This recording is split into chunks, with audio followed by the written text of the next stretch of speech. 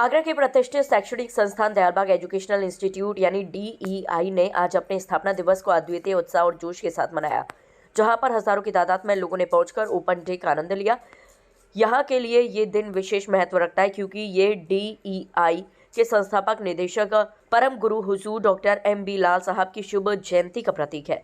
संस्थापक दिवस समारोह, जिसे ओपन डे के रूप में भी जाना जाता है, में DEI के छात्रों, शिक्षकों और कर्मचारियों द्वारा की गई उपलब्धियों और पहलों का शानदार प्रदर्शन हुआ। पूरा परिसर गतिविधियों, प्रदर्शनियों और रंग बिरंगी सजावट से जीवंत हो उठा, जिससे अपार खुशी और उत्सव का माहौल बन गया। इस वर्ष के उत्सव में DEI के छात्रों की लगन और कड़ी मेहनत को प्रदर्शित किया गया, जिन्होंने अपने अभिनव प्रोजेक्ट और रचनात्मक कार्यों को विभिन्न मीडिया जैसे कि graphical chart, working model, display board और इंटरैक्टिव गतिविधियों के माध्यम से प्रस्तुत किया। DEI में संकाय और केंद्रीय स्थानों दोनों पर व्यवस्था की रूपरेखा सावधानी पूर्वक बनाई गई थी, जिससे आगरा के आम लोगों और आमंत्रित आगंतुकों को अध्ययन और कार्य के विभिन्न क्षेत्रों में नई पहल और उच्च प्रदर्शन का समझने का मौका मिला। ओपन डे नाम ही ये बता रहा है कि यूनिवर्सिटी ओपन सबके लिए, क्योंकि हम तो समाज में रह के ही हमें काम करना है, समाज के लिए ही काम करना है। तो सभी को हम ये दिखाते हैं कि यहाँ की गतिविधियाँ क्या हैं, यहाँ की जो शिक्षा प्रणाली है वो क्या है, उसमें क्या उत्कृष्ट चीज़ें हम साल भर करते हैं और किस तरह से यहाँ पर जो मूल्यपरक शिक्षा है वो हम छात्र छात्राओं तक पहुँचाएं। आज कितने सारे स्टेप्स लिए हुए हैं, बच्चों को तमाम अचीवमेंट भी मिले हुए हैं, तो क्या होता है पूरे वर्ष भर का आपको किस तरीके से करें? तैयार नहीं कराते हैं सर, ये तो किसी एक फंक्शन की तैयारी नहीं है, ये हमारी दिनचर्या है। हम जिस तरह से उन लोगों को ट्रेन करते हैं तो वो हमेशा तैयार ही रहते हैं। और ये जो साल भर उन्होंने किया है, ये तो एक प्लेटफॉर्म है जिसमें कि उनको एक मंच हमने दिया है, जिसमें कि वो अपना टैलेंट दिखाते हैं और इससे जो मोटिवेशन मिलता है उसमें हमें दो तरफ से फ़ायदा होता है। एक तो हमारे जो स्टूडेंट्स हैं वो एक तो होता है काम करना सीखते हैं, फिर उस काम को किस तरह से जनसाधारण को एक्सप्लेन करना है। तरह तरह के लोग आते हैं, तरह तरह के प्रश्न पूछते हैं, तो इनकी भी जो एबिलिटीज़ हैं वो पॉलिश होती हैं कि हम किस तरह से काम को समझाएं। और हमारा उद्देश्य एक ये भी है कि जो आगे छात्र छात्राएं यहाँ आना चाहते हैं उन लोगों को भी ये पता लगे कि यहाँ पर क्या क्या कोर्सेस अवेलेबल हैं, क्या क्या यहाँ पर लैब्स अवेलेबल हैं, किस तरह की टेक्नोलॉजीज़ यहाँ सीखने के लिए यहाँ उनके पास अपॉर्चुनिटीज़ हैं। बहुत सारे स्कूल्स आपने देखा होगा यहाँ पर आए हुए हैं, वो लोग आते हैं, देखते हैं और इंस्पायर होते हैं। कुछ प्रोजेक्ट्स भी बच्चों ने बनाए थे जिसमें कई कुछ अचीवमेंट अवार्ड भी मिले हुए हैं, तो क्या सबसे बड़ी उपलब्धि है इस बात की? इस बार की जो सबसे बड़ी उपलब्धि है वो गूगल हैकाथॉन की है, जिसमें कि हम बहुत सारे एंट्रीज थी, मतलब जिसमें और हम लोगों के इंजीनियरिंग फैकल्टी की एक टीम फर्स्ट प्राइज़ लेकर आई थी 2 लाख रुपए का। तो वो और एक ऑस्ट्रेलिया में सॉफ्टवेयर कंपटीशन हुआ था, गेको करके एक कॉन्फ्रेंस है, जेनेटिक एंड एवोल्यूशनरी कंप्यूटेशन की कॉन्फ्रेंस होती है, फ्लैगशिप कॉन्फ्रेंस है, वो वर्ल्ड की सबसे बड़ी कॉन्फ्रेंस जेनेटिक एवोल्यूशन। उसमें सॉफ्टवेयर कॉन्टेस्ट में ऑस्ट्रेलिया में मेलबर्न में हुई थी, उसमें फर्स्ट प्राइज़ लेकर आए। ये 2 में बड़ी। फिर बहुत सारे रिसर्च पेपर्स को best presentation awards, best paper awards, best thesis awards, वो तो बहुत सारे हैं। आज हम लोग ओपन डे, जिसको हम लोग दयालबाग यूनिवर्सिटी का जो हमारे पूर्वज गुरु थे प्रोफेसर MB लाल साहब, उनके जन्म तिथि के रोज़ इसको हम लोग फाउंडेशन डे के रूप से मनाते हैं, जहाँ पे पूरी यूनिवर्सिटी के सारी फैकल्टीज़ वाले अपना सारा जितना भी सामान होता है, सारे जितने प्रोजेक्ट्स होते हैं, उनके मॉडल्स होते हैं, उन सबको दिखाते हैं। और वो ये भी दिखाते हैं कि किस प्रकार वो लोग उन मॉडल्स के ज़रिए रिसर्च कर रहे हैं।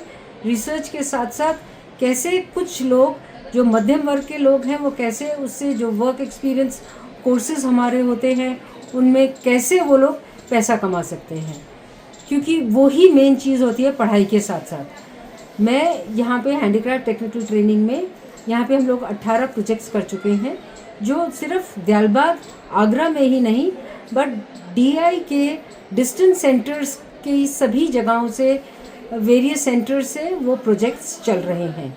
जैसे राजा बरारी में अभी हो रहा है, विशाखापट्टनम में हो रहा है, पनवेल में हो रहा है, भोपाल में हो रहा है। यहाँ पे हम लोग 3000 औरतों को हम लोग ने ट्रेन कर लिया है और ये 3000 औरतें जो है ये सभी फाइनेंशियली चैलेंज्ड या मार्जिनलाइज्ड जिनको बोलते हैं हम लोग, उस ग्रुप से हैं।